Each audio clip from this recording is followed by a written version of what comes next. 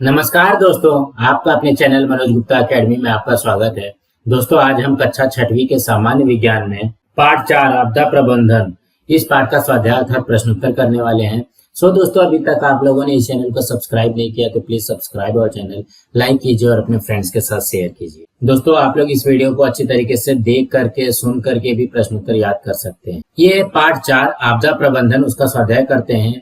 उसमें से पहला प्रश्न है आपातकालीन संपर्क नंबर बताओ। जैसे पहला है पुलिस नियंत्रण कक्ष, इसका नंबर क्या है 100। दूसरा क्या है अग्निशामक यंत्र, इसका है 101। तीसरा क्या दिया गया रुग्ण वाहिनी, इसका है 102। और चौथा क्या दिया गया है राष्ट्रीय स्तर पर कोई एक आपातकालीन नंबर, इसका है 108 या 112। अब हम अगला प्रश्न करते हैं। दूसरे प्रश्न में क्या दिया गया कौन सा तात्कालिक उपाय करोगे। उसमें से पहला है कुत्ते ने काट लिया। कुत्ते ने काट लिया तो क्या करोगे। इसके उत्तर में आएगा कुत्ते के काटने से बने घाव को स्वच्छ तथा रोगाणु रहित पानी से धोएंगे।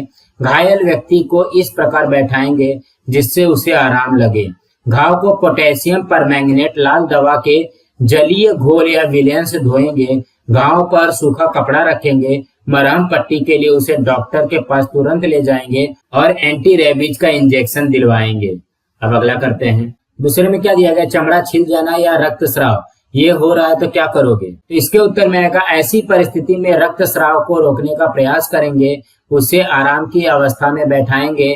घाव को स्वच्छ करेंगे। उसे ऐसी स्थिति में लिटाएंगे कि घाव का स्थान हृदय तल से कुछ ऊपर बना रहे। जंतुनाशक मलहम लगाएंगे। घाव अधिक गहरा हो तो डॉक्टर के पास ले जाकर सही उपचार करवाएंगे। अब अगला करते हैं। तीसरे में क्या दिया गया जलना या झुलसना, ऐसे में क्या करोगे। इसके उत्तर में आएगा सर्वप्रथम हम यह जानेंगे कि जलने का परिमाण या प्रतिशत क्या है। यदि सामान्य जलना हो तो जले हुए भाग को थोड़ी देर तक ठंडे पानी में डुबो कर रखेंगे। उसे पानी पिलाएंगे। रोगाणुहीन पानी से घाव को स्वच्छ करेंगे। बाद में उस पर जंतुनाशक मलहम लगा देंगे। घाव को सूखी पट्टी से ढक देंगे।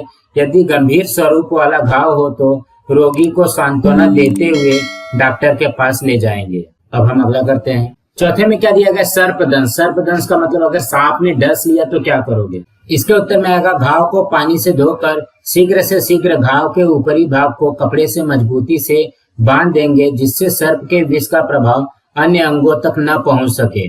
घायल व्यक्ति को ढाढ़स देंगे और सही उपचार के लिए उसे शीघ्र से शीघ्र डॉक्टर के पास ले जाएंगे। अब अगला करते हैं। पांचवें में क्या दिया गया उष्माघात, अगर किसी को गर्मी लग गई तो क्या करोगे। तो इसके उत्तर में आएगा रोगी को ठंडे स्थान पर अथवा छाया वाले स्थान पर ले जाएंगे। शरीर को ठंडे पानी से अच्छी तरह पोंछेंगे। उसके सिर पर तथा गर्दन के पास ठंडे पानी से भीगा हुआ कपड़ा रखेंगे। उसे पीने के लिए पर्याप्त पानी देंगे। शरबत या ठंडा भी पिलाएंगे। इस बात का ध्यान रखेंगे कि शरीर शुष्क न हो सके।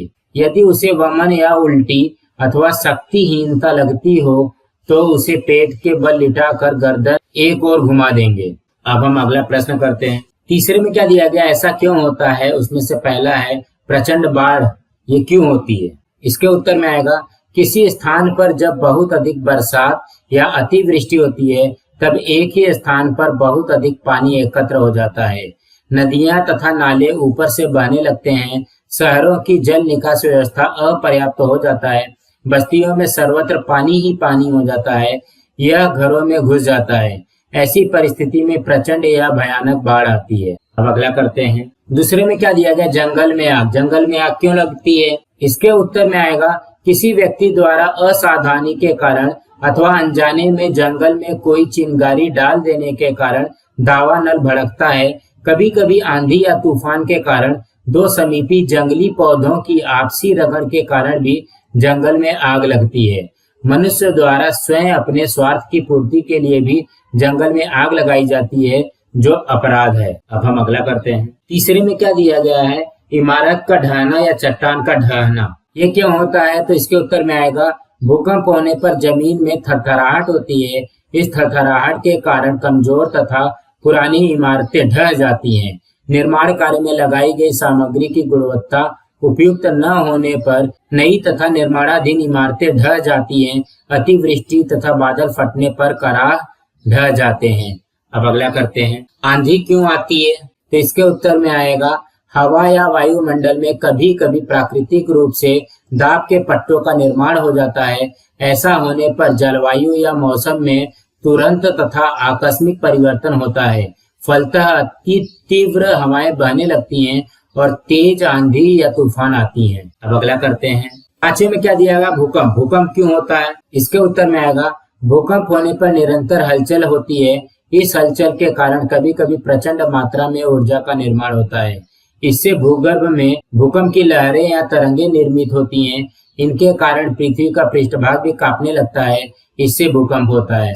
इसके कारण जमीन थरथराती है, हिलती डुलती है और कभी कभी बड़ी दरारें भी बन जाती हैं। अब अगला प्रश्न करते हैं। चौथे प्रश्न में क्या दिया गया? निम्नलिखित प्रश्नों के उत्तर अपने शब्दों में लिखो। उसमें से पहला प्रश्न है आपदा किसे कहते हैं? इसके उत्तर में आएगा अचानक उत्पन्न होने वाले प्राकृतिक संकटों या समस्याओं को आपदा कहते हैं। अब अगला करते हैं। दूसरे में क्या दिया गया? आपदाओं के कौन कौन से प्रकार हैं? इसके उत्तर में आएगा आपदा के दो प्रकार हैं। पहला मानव निर्मित आपदा, दूसरा प्राकृतिक आपदा।